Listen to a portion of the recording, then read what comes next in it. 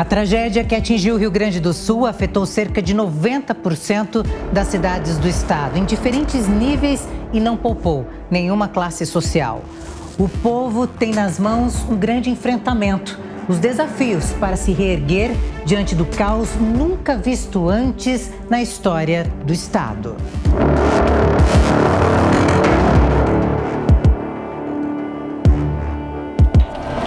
Cenário devastador, que levará tempo para se transformar. Vidas se perderam nas águas, histórias que se mantêm em pé com muita resiliência. Rio Grande do Sul, o povo vive uma tragédia que ainda não tem data para acabar. O recuo da água revela um cenário de destruição nas cidades. Os municípios, agora banhados por lama, revelam poucas edificações em pé. Casas, árvores, carros foram varridos pelas águas. As vítimas da enchente querem recomeçar e aguardam que a ajuda chegue a quem mais precisa de forma desburocratizada e eficiente. O Estado espera não apenas amenizar os impactos imediatos da tragédia, mas também proporcionar um alicerce para a reconstrução e retomada da vida das comunidades. Desde o fim do mês passado, quando o Instituto Nacional de Meteorologia emitiu o primeiro alerta vermelho de volume elevado de chuva, a vida do povo do Rio Grande do Sul mudou. O Brasil já teve vários episódios climáticos, mas esse é o mais terrível que aconteceu, né, no Brasil. Nós tínhamos uma massa de ar quente muito forte operando sobre o Brasil, uma onda de calor, todo mundo aqui do Sudeste e do Centro-Oeste sentiu ela, recebeu os alertas sobre ela. E nós tínhamos uma massa de ar fria e úmida tentando subir para entrar no Brasil. E o que aconteceu foi que as duas se chocaram, como elas tinham mais ou menos a mesma intensidade, né, a onda de calor sendo um pouco mais forte do que a onda de frio, ela barrou essa onda, essa massa de ar fria, tá? E é aquele princípio, justamente, se eu tirar uma garrafa quente, por exemplo, né, botar uma garrafa para esquentar, a hora que ela tiver água, estiver bem quente, eu colocar essa garrafa dentro de uma água fria, o que vai acontecer é que ela condensa, de uma vez, todo aquele vapor se formou, condensa e chove. É basicamente isso que aconteceu. Essa frente fria vinha vindo, ela bateu numa massa de ar muito quente, condensou ali e choveu ali, o que deveria ter se espalhado. De repente essa umidade ia chover no Brasil inteiro se eu não tivesse um barramento ali, né, dessa onda de calor. Tá? Já são mais de 20 dias de um estado embaixo d'água. Ninguém espera uma situação dessas aí, né? E a gente dá para ver aqui, olhando o comércio aqui, as manchas nas paredes onde foi a água, né? E, então é algo muito... Eu diria que o pior ainda não aconteceu. Agora as águas baixam, vem a recuperação. Um acontecimento histórico que mexeu com todo o Brasil e o mundo. Não há quem não se comova com o que se tem visto por aqui. Os dias passam e só restam lembranças de um passado. Ali tem uma praça ali, aquela praça que tem ali é a Praça Parobé. Dali partem os ônibus para todos os bairros de Porto Alegre. Sai dali. Isso aqui, normalmente, essa região é apinhada de gente. Gente super movimentada. Essas lancherias aqui, super movimentada, o comércio todo. E olha como é que está isso aqui. Parece uma cidade abandonada. Cidades em meio a lama, lixo e vidas perdidas. O Rio Grande do Sul tem passado por angústia, sem saber como será daqui para frente. A gente ficou sem luz, comprar vela não tem como, a vela é uma luzinha, aí a gente teve que comprar o material, luminárias de emergência, lanternas, né? Para andar aí, complicado, né? Tem um custo alto disso tudo aí. É uma situação difícil, muito difícil, muito sofrimento. Eu fiquei uma semana, né, sem luz e sem água. Tinha pego fardinho de água e tal no mercado, mas o mercado não tinha mais nada, as prateleiras ficaram vazias. E muitas prateleiras do Zafari agora tá voltando. Não tinha nada, se queria comprar um ovo, não tinha. Uma garrafinha de água chegaram a me cobrar R$6. Para nós aqui, que uma garrafa de água no Zafra é R$1,50. O município de Cruzeiro do Sul, no Vale do Rio Taquari, é a terceira vez em um ano que é arrasado por enchentes. Uma vez de cima lá, cortando aqui, daí subiu, foi aquela 34 metros, né? Passou por cima do telhado da nossa casa. Silvio conta que enfrenta as fortes chuvas há anos. Só que eu tô com um neném de 4 meses agora, né? Nasceu, ela tava na barriga da minha mulher, nas outras 2 enchentes tava na barriga da minha mulher. E daí nessa aqui ela já tava agora com 4 meses, né? Já passou por 3 enchentes, coitadinho, com 4 meses.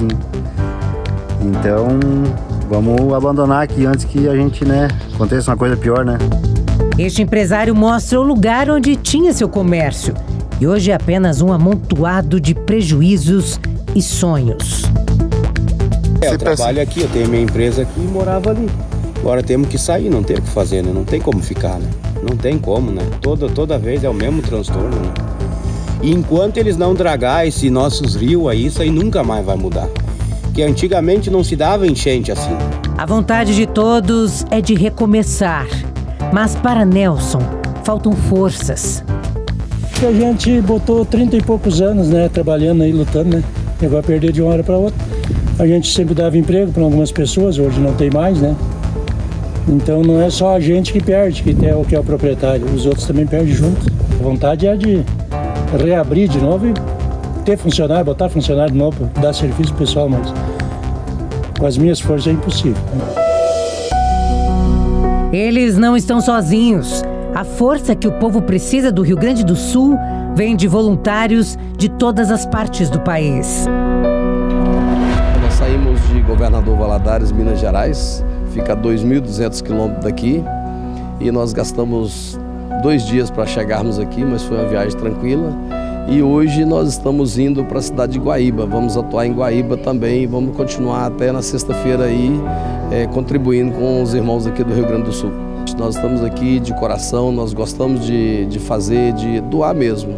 A verdade é essa, nós deixamos nosso trabalho para estarmos aqui contribuindo, e nós somos muito gratos. Isso nos fortalece muito, estar podendo ajudar as pessoas e ver de perto o grau de dificuldade que elas estão passando.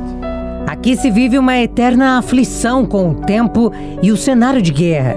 Uma situação que deixa todos paralisados. Tô ansioso que a água baixe para mim não limpar a casa, para recomeçar do zero de novo. Entendeu? Perdemos tudo. Perdemos o carro, entendeu? Mas estamos indo, força de vontade.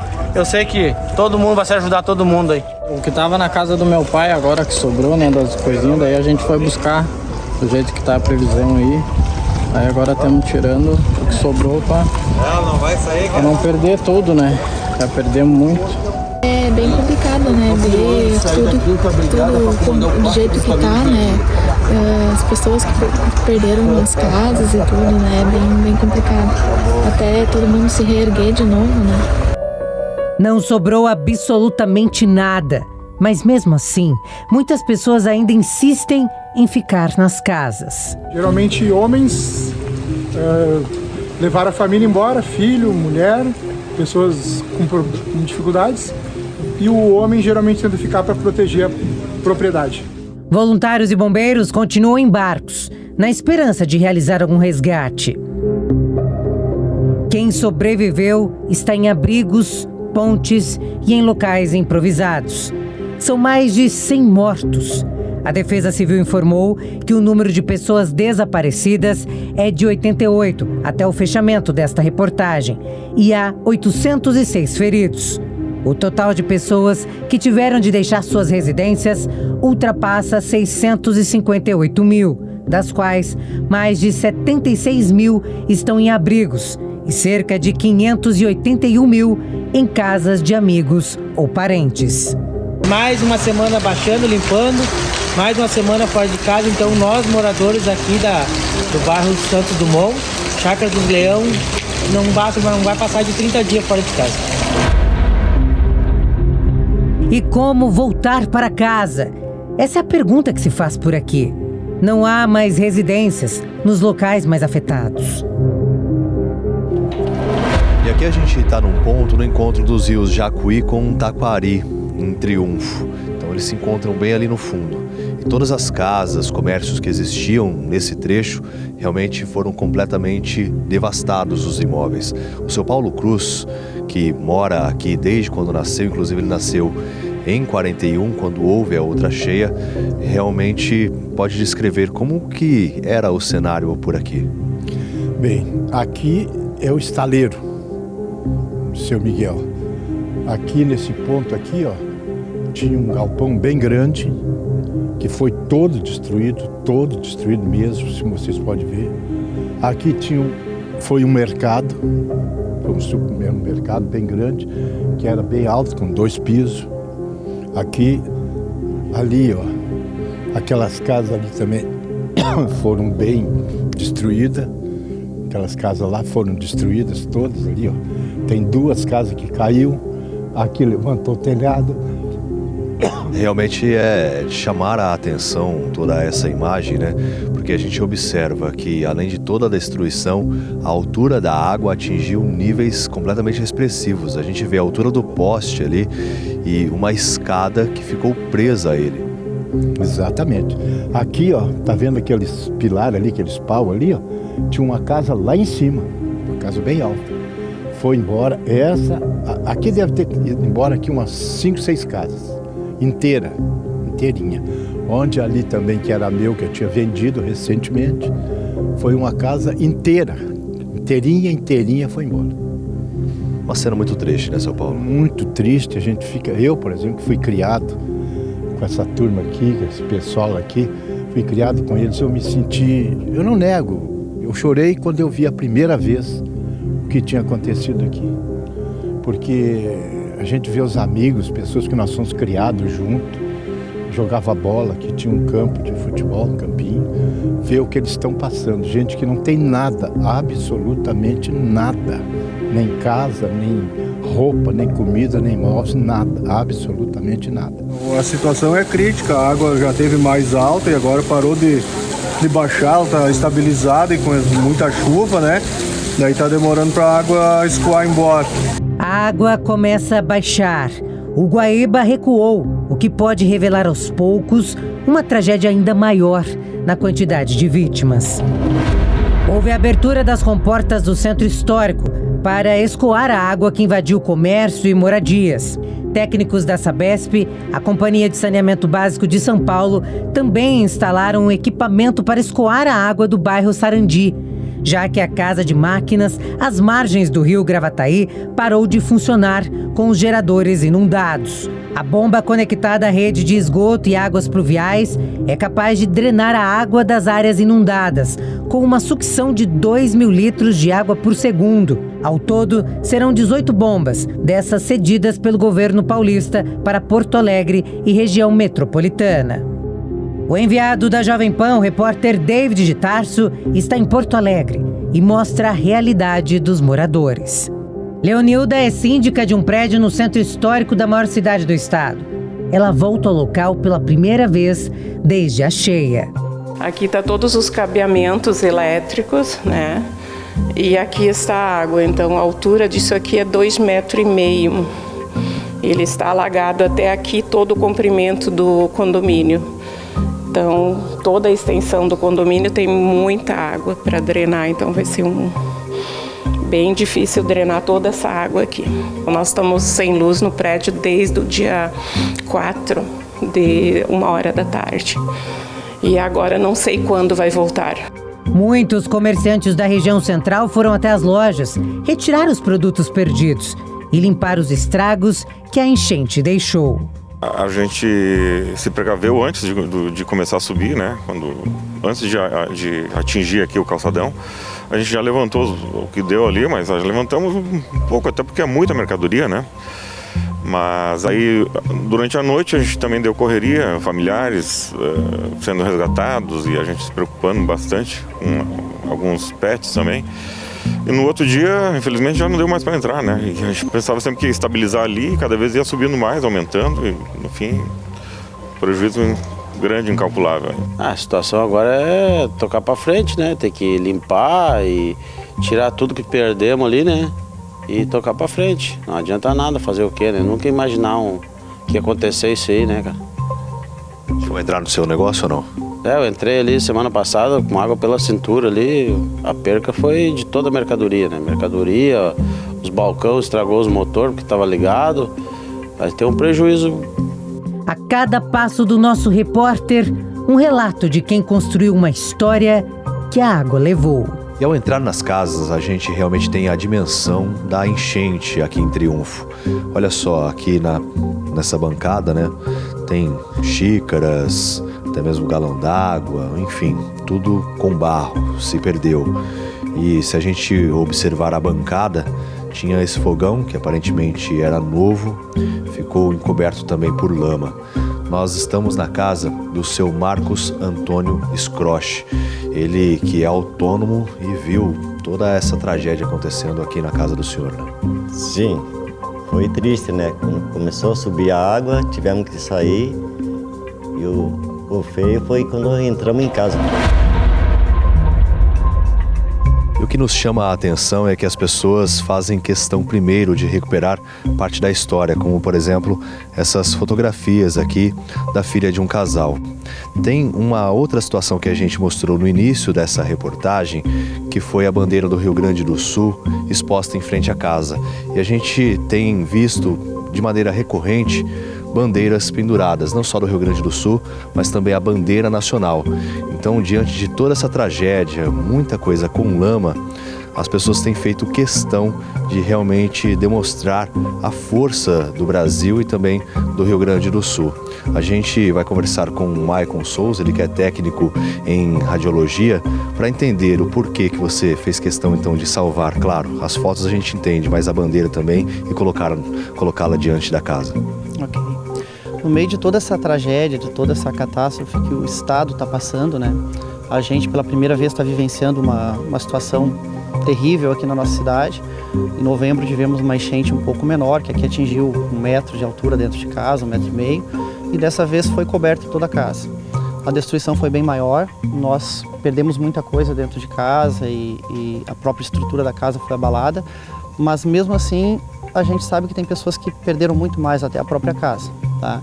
E a questão da bandeira que tu falaste, cara, a gente tem que manter a fé no nosso povo, no povo brasileiro, no povo gaúcho, que é um povo forte, um povo que não vai se mexer para qualquer coisa, né? E, cara, todos os vizinhos aqui, a gente está se unindo cada vez mais. Já era uma vizinhança bem unida, tem pontos de doações dentro da comunidade, que está chegando doação de fora. A gente tem que agradecer bastante os estados de fora do país que estão ajudando bastante a gente aqui. E a gente não pode se entregar, a gente tem que honrar a nossa bandeira do Brasil, a nossa bandeira do Rio Grande do Sul e ter fé que se Deus enviou para nós essa situação, a gente tem que ter força para superar e se reerguer. E fazer questão de demonstrar que no Brasil existem pessoas resistentes como você, né? É isso aí, muitas. No mercado público de Porto Alegre, os prejuízos estimados pela cheia do Rio Guaíba variam entre 20 a 30 milhões de reais. Nosso mercado é o mais antigo do Brasil, com 154 anos. Foi construído no tempo do Império, por escravos. Tem uma história muito bonita. É um atrativo turístico de muita visitação. Estamos aqui justamente na entrada, eu diria, principal do mercado, que é o Largo Glênio Pérez, aonde cruza por aqui, por dia, em torno de 40 mil pessoas fazendo suas compras ou pegando o metrô de superfície, que é o nosso Transurb. E existe uma placa ali, que a gente até mostrou com imagens, da cheia em 41. Essa superou em 35 centímetros. É verdade. Há 83 anos atrás, a enchente de 40, que foi em maio também, David, por casualidade, ela chegou a 1,10 m. E a placa, portanto, existe ali como um ato simbólico de referendar essa data, né, de 41. Pois ela foi superada em 35 centímetros nos nossos cálculos, porque essa cheia realmente foi a maior de todos os tempos. Essa é a Bruna. Ela construiu seu estúdio fotográfico com muito trabalho. A jovem gravou um vídeo onde mostra como encontrou o seu sonho realizado.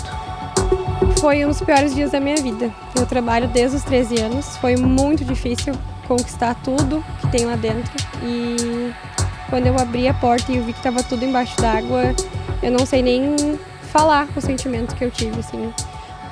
Foram finais de semana que eu não aproveitei minha família, trabalhando de segunda a segunda. Eu comecei a trabalhar com os 13 anos, mas só aos 24 que eu consegui montar o estúdio. Então foram quase 10 anos para conseguir montar o estúdio e ver tudo se acabar de uma hora para outra dói demais. E ver os meus pais também na mesma situação, né?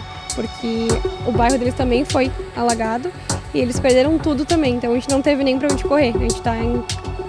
Graças a Deus a gente tem uma casa que a gente fica na casa de uma amiga de favor, na sala dela, a gente tá abrigado na sala dela, mas todo mundo na mesma situação, não tem nem pra onde a gente correr mesmo. A fotógrafa, além de usar o estúdio para o trabalho, ela também morava no local. Eu morava no estúdio porque eu não tinha condições de alugar 2 locais, né? Então eu uni os 2 e perder todo o estúdio, toda a minha casa, eu tô perdida. Parece que eu não... É difícil pensar em recomeçar, né? Porque o começo foi muito difícil, agora vai ser ainda mais, porque tá tudo muito caro aqui no Rio Grande do Sul. Mas não quero desistir, quero contar com a ajuda de pessoas boas que querem me ajudar, se puderem ajudar meus pais. Primeiramente eles, porque eles não têm como ficar dentro de casa, não tem nada. E a minha profissão também, que é a minha profissão desde os 13 anos. Reerguer, a palavra mais ouvida aqui, mesmo diante da dor, a esperança brota nos moradores. Mas em meio a tanta tristeza, há criminosos que se aproveitam da fragilidade das vítimas. Após relatos de violência e estupro em locais que recebem desabrigados, a Prefeitura de Porto Alegre criou abrigo emergencial voltado para atender mulheres e crianças. Imediatamente já começamos a pensar em locais, a própria delegacia junto com o pessoal da prefeitura indo em locais, verificando locais que tivessem segurança. Esse local aqui é um local excelente, um dos primeiros que a gente viu.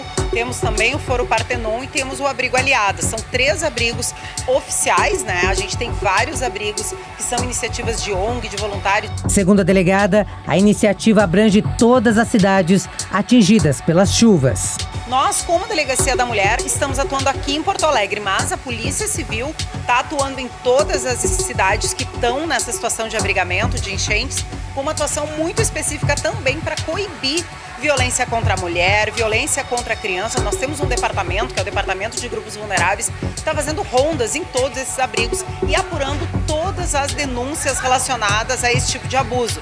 É importante a gente ressaltar que tem muita fake news nessas denúncias. Isso demanda muito tempo da polícia, muito tempo do poder público. A gente corre para os locais muitas vezes, porque nós recebemos por grupos de WhatsApp, através de rede social, denúncias de situações gravíssimas e a gente chega lá e o local é totalmente organizado, nada daquilo está acontecendo. Então é importante triar essas informações para que a polícia consiga ir realmente onde as situações estão ocorrendo. A gente já tem algumas situações, poucas, mas a gente já tem alguns casos confirmados de violência e algo que nos chama a atenção é que a violência que a gente tem visto nos abrigos é a violência doméstica. É a violência que já acontecia na casa das pessoas e que agora acaba estando escancarada ali nos abrigos, né? Situações de crianças que sofriam abusos de seus próprios familiares, de mulheres que sofriam abusos dos seus maridos e agora essa situação está escancarada ali. De certa forma, essa tragédia está fazendo com que a gente consiga enxergar e auxiliar essas vítimas também.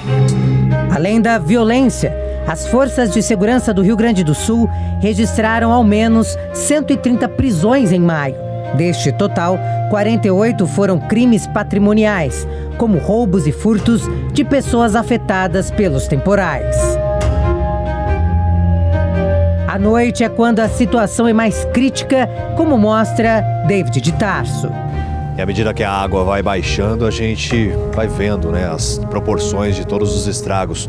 Como aqui em Eldorado do Sul, aquele carro que ficou capotado.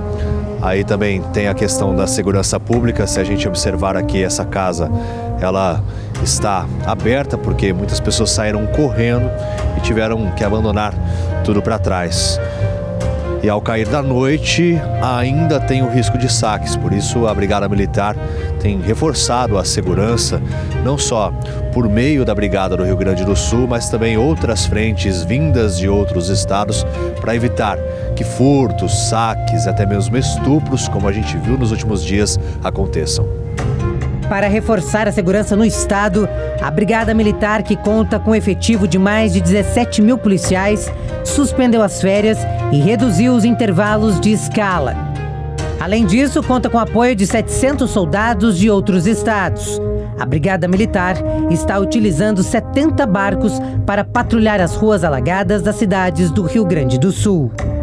E não só nas regiões alagadas, onde a gente viu muitos saques sendo registrados, até mesmo alguns episódios de estupros nos abrigos, mas também nas ruas de diferentes cidades do Rio Grande do Sul, a gente vê o efetivo sendo reforçado nesse apoio, nessa ajuda humanitária, nessa união entre as forças de segurança, como, por exemplo, a Polícia Ambiental, que tem colaborado, contribuído para que a ordem seja estabelecida em todo o Rio Grande do Sul. Eu vou conversar com o Sargento Papelas, que vai explicar para a gente de que forma que vocês estão fazendo esse apoio.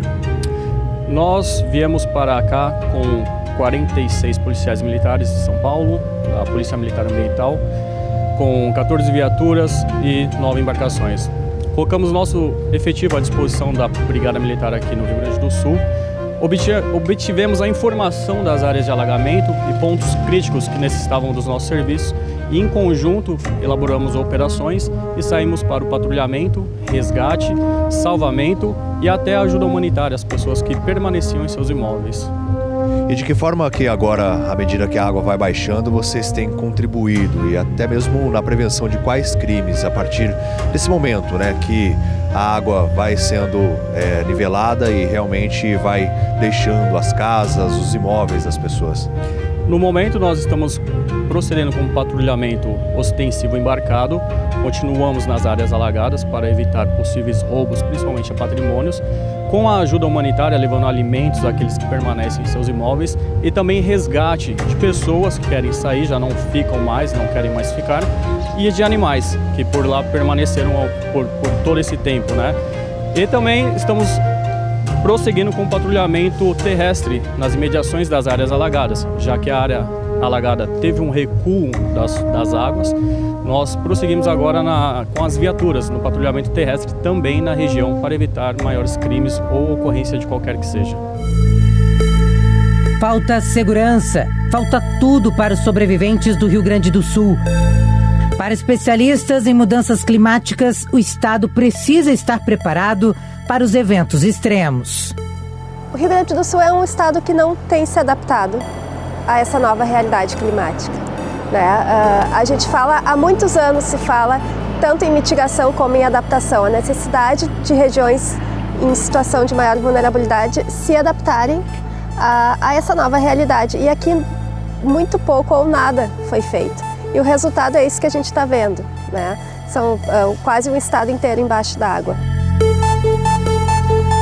Tem uma questão bem importante aqui no Rio Grande do Sul, que é a supressão da mata nativa, né?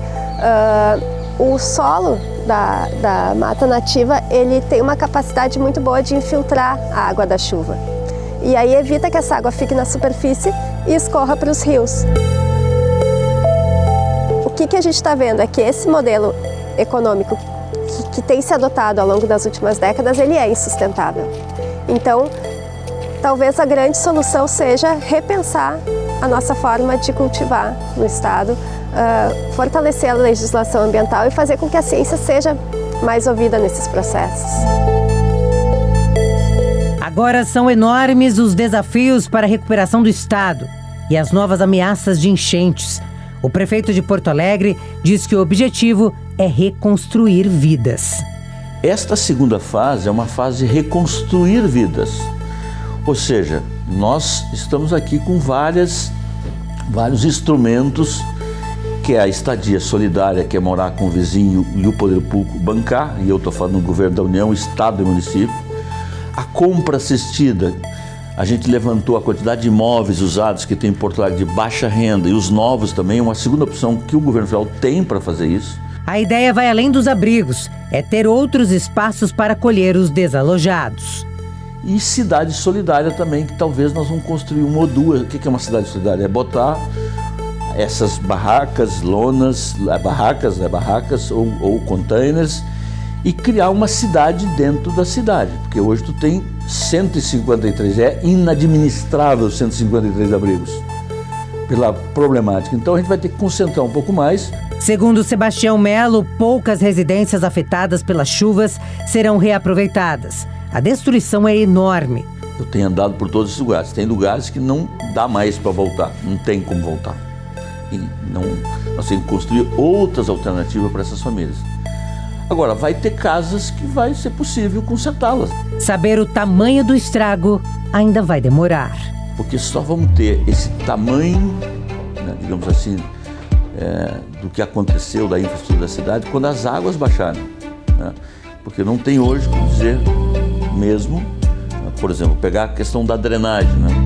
O sistema de proteção de cheias de Porto Alegre é da década de 70. Nós estamos em 2024, ele foi testado mesmo agora, né? E ele precisa ser revisitado na sua totalidade. A autoridade reconhece os custos financeiros estimados e a necessidade de evitar novos desastres climáticos. Nós temos o nosso plano de ação climática, que advém do inventário do gás estufa. Nós temos a operação consorciada urbana, que é recuperar o principal arroio da cidade. Bom, tudo isso você vem trabalhando ao longo do tempo, não é em razão do desastre climático. O que nós vamos ter que fazer agora é acelerar ainda mais o Brasil, o Rio Grande e Porto Alegre.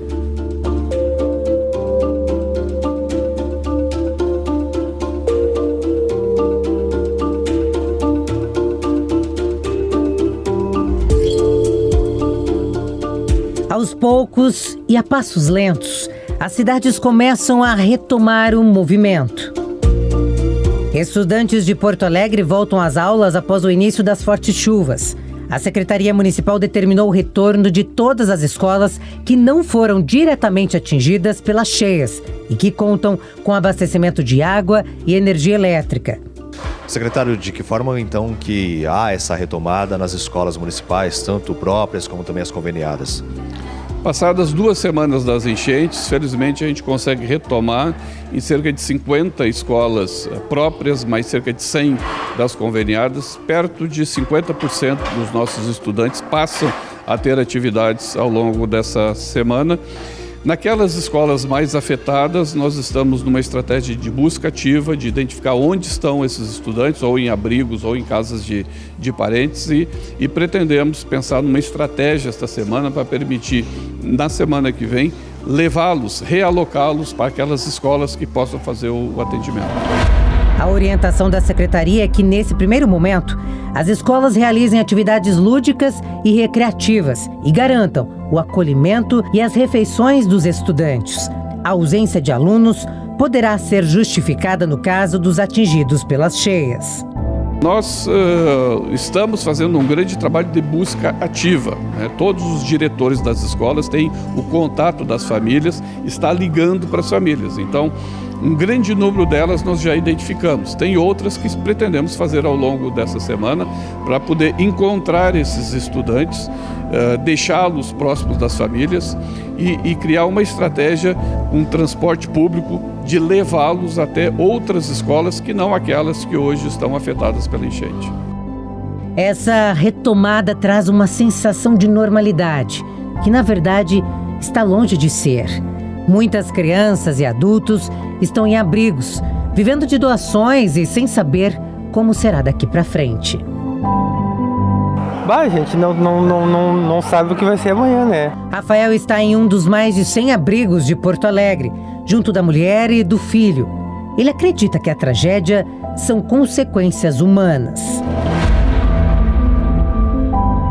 É o ser humano que está acabando com o nosso planeta, que a tendência é só piorar, as chuvas vão ser cada vez mais fortes, os verão cada vez mais quentes, enquanto não acabar com o desmatamento na Amazônia, essa guerra, isso aí tudo que está enfraquecendo a nossa atmosfera, entendeu? A tendência é só piorar. Claro que dentro do cenário de mudança climática, aquecimento global, nós temos parte dessa tragédia aí. Né? Os combustíveis fósseis que são emitidos por nós mesmos, né? Pela ação humana, acaba causando a mudança climática, fazendo esse descontrole, essa descompensação climática. Lugares chovendo demais, outros chovendo de menos, calor demais num lugar, calor de menos no outro, certo? E além do que, no Rio Grande do Sul, especificamente falando, certo? A manutenção, a falta de manutenção dos diques, dos canais de contenção das cheias é um grande fator.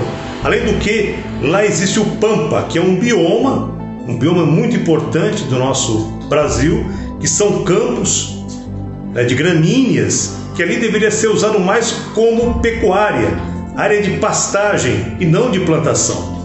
E plantação de apenas uma cultura, normalmente a soja. Isso desgasta muito o solo e a tendência é que a gente tenha uma arenização. Grande parte do Pampa está sumindo devido à arenização. Existe uma tendência à desertificação, inclusive. O desmatamento é uma das causas desse aquecimento global, desses efeitos adversos e principalmente do ponto de vista de chuvas, né? Quanto mais a gente puder manter e preservar e restaurar os solos, né? Menor serão os impactos dessas chuvas e desses eventos climáticos mais intensos. Para o engenheiro que trabalha com sistemas energéticos sustentáveis, a destruição é falta de preparo dos governos. É consequência de um despreparo do governo estadual, do governo nacional, e assim como tem governos ao redor do mundo inteiro que ainda não se adequaram, não aceitaram essa nova realidade e não estão fazendo o que precisa ser feito para que a gente faça mudanças rápidas e efetivas para, de fato, lidar com esses eventos que vão seguir acontecendo cada vez, infelizmente, com maior frequência e magnitude. Maria perdeu tudo pela terceira vez.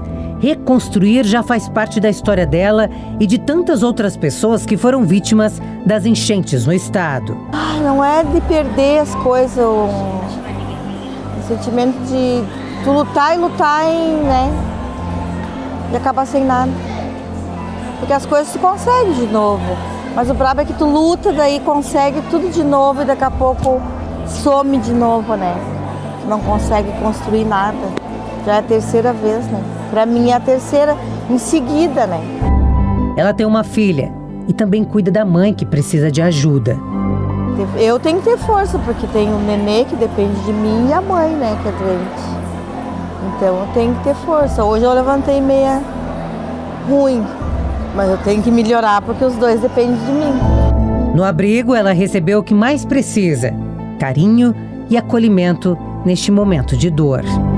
Muito bom. Ontem eles fizeram um grupo de pessoas ali, foi muito bom, sim. A gente fala, a gente conversa, a gente chora, né? A gente bota pra fora daí o que tá, guardado, São muitos sentimentos,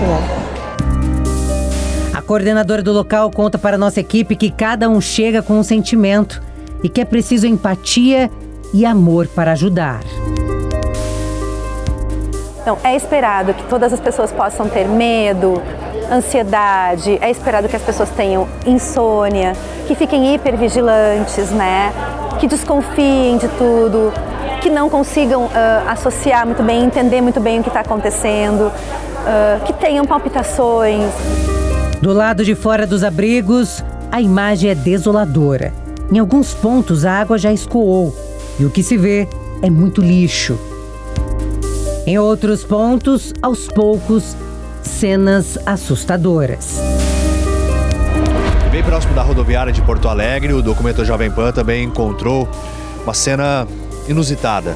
Um caixão debaixo do viaduto Conceição que dá acesso ao corredor humanitário. Olha só, é um caixão aparentemente novo, até tem uma especificação aqui dizendo que ele é 1,60 m, do modelo luxo. Provavelmente ele foi trazido pela força d'água de alguma funerária aqui próxima. E a rodoviária de Porto Alegre está alagada. E são poucas as linhas intermunicipais que operam na capital devido aos vários bloqueios nas rodovias. O transporte, que ainda funciona, precisa se adaptar.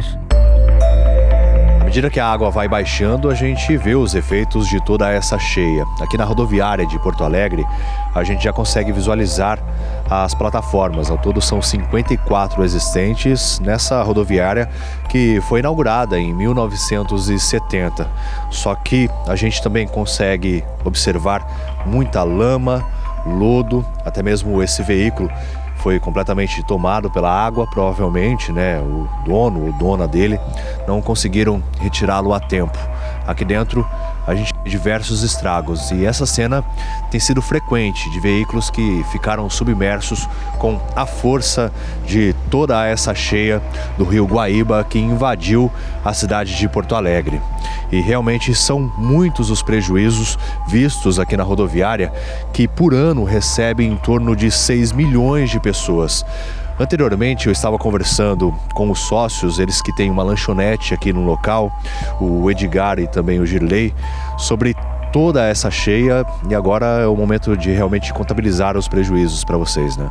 Exatamente, está sendo um desafio grande porque além dos prejuízos que já são visíveis, a gente está preocupado com aquilo que vai vir, né, que é a retomada das estradas, porque não adianta também abrir a rodoviária se as estradas não estiverem já prontas para a circulação de ônibus. Nós dependemos desses passageiros.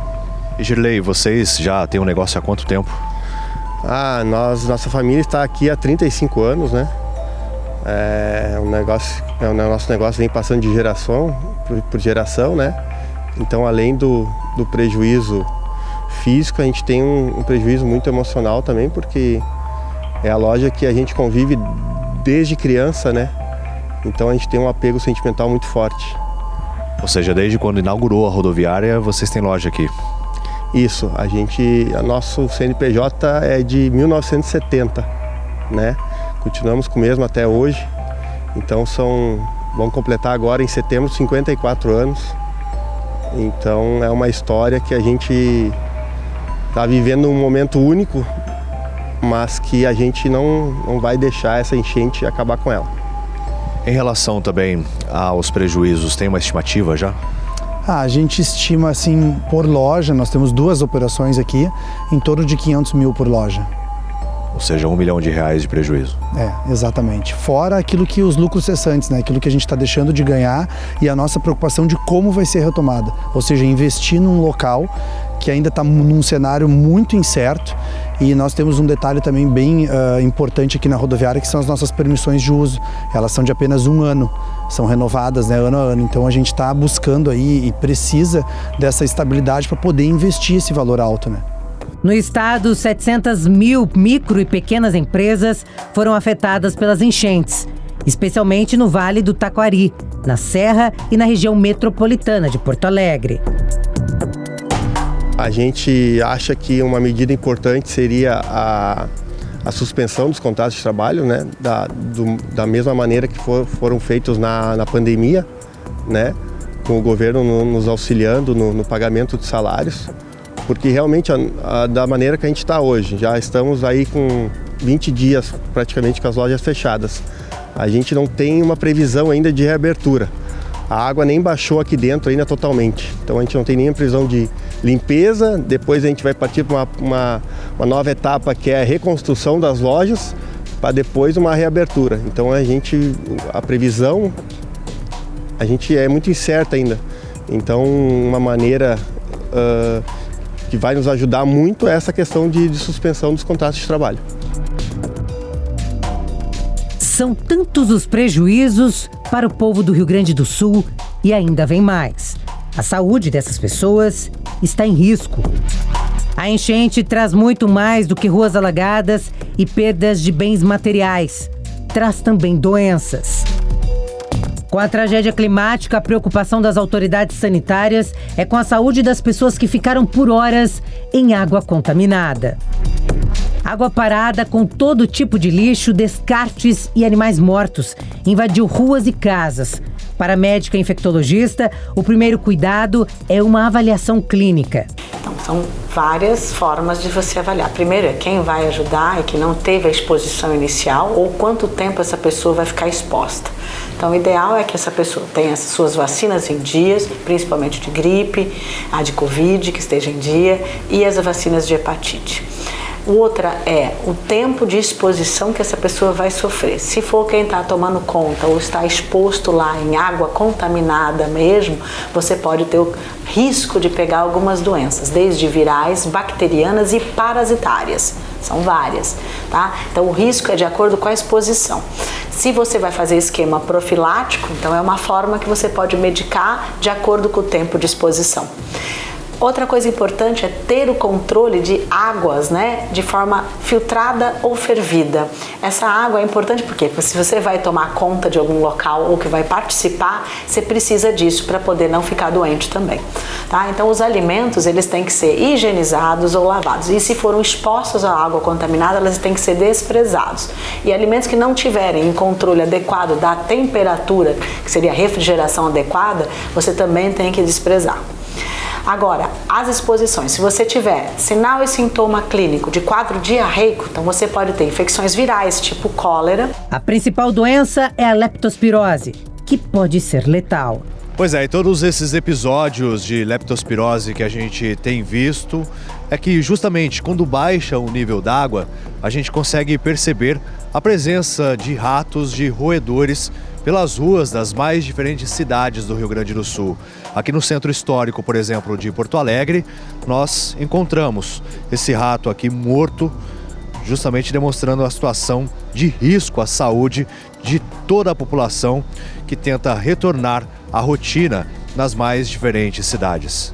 Sim, existe o assintomático ou oligoassintomático, é de acordo com a gravidade, né? Vamos dizer assim. Nós temos a leve, a moderada e a severa. A severa é só 15% dos casos e que tem a mortalidade que pode chegar até 40%. Então a leptospira, ela pode dar sintomas desde o primeiro dia do contágio, de acordo com o tempo de exposição, até 30 dias desse contágio. Então é uma doença, às vezes insidiosa, ou que às vezes você nem lembre muito dela, mas você tem que pensar. Outra doença que é relacionada a isso é sobre as moscas e os contatos ambientais. Então tem também febre amarela, tem dengue, tem várias outras doenças que você tem que controlar para que não tenha no risco. Tá? Ou alimentos ou materiais estragados, então a vacinação de tétano é muito importante que esteja adequada também, porque o Clostridium tetani fica em ambientes insalubres por tempo alto, então é necessário também, né? Não só vacinações, outras, mas o cuidado de acordo com a exposição e a quê. Existem mais de 20 doenças que podem acometer as vítimas de enchentes. Sim, com animais mortos, tem a putrefação que leva também algumas presenças de bactérias, principalmente em quadros intestinais graves. Então sim, você tem às vezes uma doença intestinal com desidratação e uma gravidade muito grande. Às vezes também só pela toxina que tem de alimentos que não tem a higienização adequada neste local. Então a prioridade é água filtrada ou fervida e a higienização de ambientes que é necessário, principalmente com hipoclorito. Então a hepatite A, ela dá dor abdominal, mas a principal presença dela é o amarelão na esclera dos olhos. Então ele vai ficando amarelo, que é a alteração da função hepática e a função de estase ali da bile. Então existe a alteração de coloração da pele. Normalmente é uma doença benigna, tá? Autolimitada, mas precisa alimentação de forma adequada, precisa de hidratação de forma correta e ideal é controlar a função hepática. Então não é uma doença simples, autolimitada, mas ela pode levar à gravidade se não controlada de forma ideal. A dengue é uma outra doença que começa com febre, então quem tem dengue não tem como não saber, então é uma prostração importante, é uma febre alta, é uma dificuldade em andar, por isso que dengue é chamado dengue, porque dengue é dengoso mesmo, mas não por ela ser dengosa, é pela dificuldade da movimentação mesmo. E leva a uma desidratação importante, levando a sangramento se não tratado correto. E quando você tem uma alta circulação desses mosquitos e nesses ambientes, você pode ter circulação de mais de um subtipo da dengue, levando a dengues hemorrágicas de um modo mais grave. De acordo com a especialista, a aglomeração de pessoas nos abrigos também requer uma atenção maior. principalmente com os vírus respiratórios. No ambiente onde você tem uma baixa circulação de ar, você tem os quadros respiratórios. Então, o contato com a influenza, se não for vacinado. Então, entenda que quando você vacina para uma gripe, ela vai começar a ter uma atuação dessa vacina em torno de acima de 2 semanas. Então, não é porque eu tomo hoje a vacina, amanhã eu já estou protegido, já posso ir lá trabalhar. Então, a vacina ela tem o seu tempo, como o seu organismo, para responder. Covid é a mesma coisa, você pode ser vacinado, ela vai te proteger de formas graves, ela não vai te proteger de contágio. Então, se você está num ambiente insalubre, onde tem quadros respiratórios, você usa uma proteção, que é a máscara, né? Nesses ambientes, ou use luvas, se você tiver um ambiente que você pode ter um contágio de alguma coisa mais contaminada. Então, existem as suas proteções, quer dizer, os equipamentos de proteção individual que vão te ajudar. Se você tiver sintoma ou quadro respiratório, precisa hidratar sua narina, hidratar a boca, hidratar os olhos para evitar conjuntivites, rinites, sinusites, amidalites, as traqueites e os quadros de baixa imunidade que levam à pneumonia. Então, gripe, a influenza, você tem diagnóstico. Existem testes rápidos que você pode fazer, também de Covid, e esses exames você tem como tratar. Se tiver indicação, existe tratamento específico para a influenza. O que mais que a gente precisa entender é que existem outros vírus, vírus sincicial respiratório, para influenza, são outros vírus que pode acometer, não só ele, de acordo com o ambiente e disso. A principal transmissão de outros vírus, adenovírus, coxsackie, qualquer outro vírus que dá até exantema, lesões em pele, você precisa ter uma higienização de ambiente e superfície. Esse é o principal transmissão de alguns vírus, que não é só respiratório, é por contato direto com a mão em ambiente de superfície. Então, todo ambiente desse, então, além de arejar o ambiente, você tem que higienizar a superfície de forma ideal.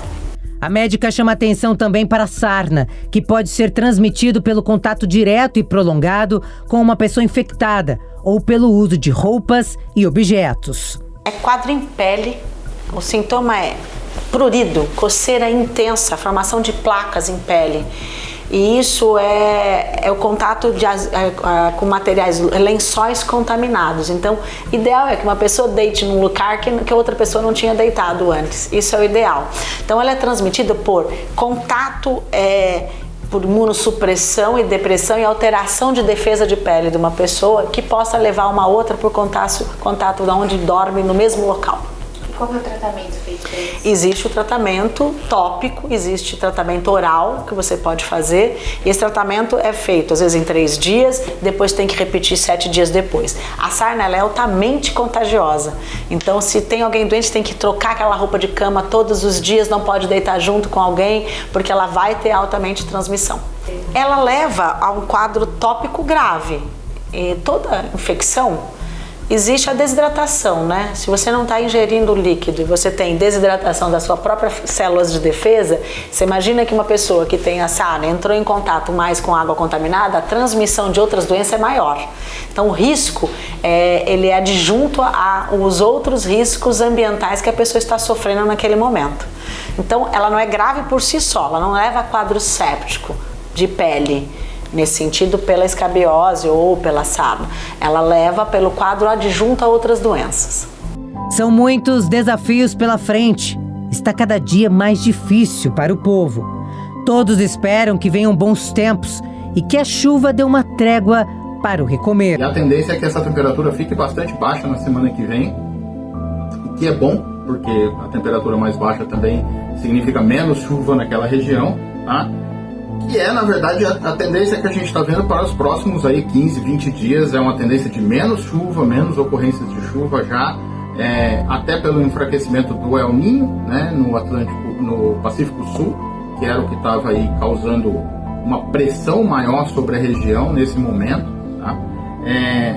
E com isso a gente também tende a ver a cota baixando, né? Ela já está baixando, graças a Deus está baixando relativamente rápido. E conforme as previsões, na primeira semana de junho a gente já deve ver a cota dos rios voltando à sua calha normal, à altura normal, na verdade. E a gente deve ver então uma melhoria aí do cenário como um todo, porque também no segundo semestre a gente tem uma tendência aí da transferência do El Niño para a Laninha, e nessa transferência a gente vê um inverno mais seco ainda do que o normal, tá? Em especial na região sul e sudeste. Então é isso que a gente está prevendo aí, que está sendo previsto pelos modelos meteorológicos para os próximos meses, o que é um cenário bom inclusive para a reconstrução que a gente vai ver aí nos próximos meses acontecer. É para o céu que os olhares estão voltados, com medo que uma nova tragédia aconteça. O que a gente precisa fazer como unidade federativa, né, como Brasil de modo geral, tá, é que a gente precisa se preparar melhor para eventos, né? A gente tem um exemplo muito bom em Santa Catarina, que preparou a sua defesa civil, preparou todo o sistema do estado para eventos de alto impacto, tá? E adaptou muitas das estruturas, muitas das legislações e tudo mais para esses casos. Então eles têm hoje uma estrutura muito mais resiliente para um evento de grande impacto, como foi, por exemplo, lá atrás, né, em 2004, que a gente teve o Catarina, né, que causou todo o problema lá na região. Tá? Então hoje eles têm uma estrutura muito mais resiliente. Santa Catarina seguiu a cartilha, melhorou, adaptou, ainda está passando por mudanças até hoje. Todos nós vamos passar por mudanças ao longo do tempo. Isso não é uma coisa estática, não é uma coisa que você faz uma vez e refaz. Mas ficar em alerta não é bom, porque isso não é bom para a economia, não é bom para a população. É isso, esse estado de alerta é um estado quase de impotência, né? A pessoa fica em alerta, fica tensa e não evolui, né? A coisa não anda, tá? Então, ficar em estado de alerta não é o caso, tá? Agora, o que tem que acontecer é que os mecanismos de prevenção, mitigação e adaptação, eles têm que ser implementados efetivamente no Estado, seja em políticas públicas, seja nessas novas construções, seja justamente na aculturação disso, né? Na discussão mais aberta desse tipo de evento, tá? Para que a gente tenha, então, uma melhor resposta num próximo evento, caso ele venha acontecer. Enquanto isso, os moradores ganham força e correm contra o tempo para lutar de mãos dadas com o povo por uma vida nova.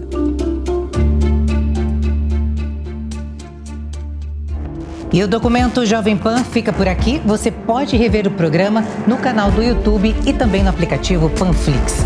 Uma ótima noite para você e até mais.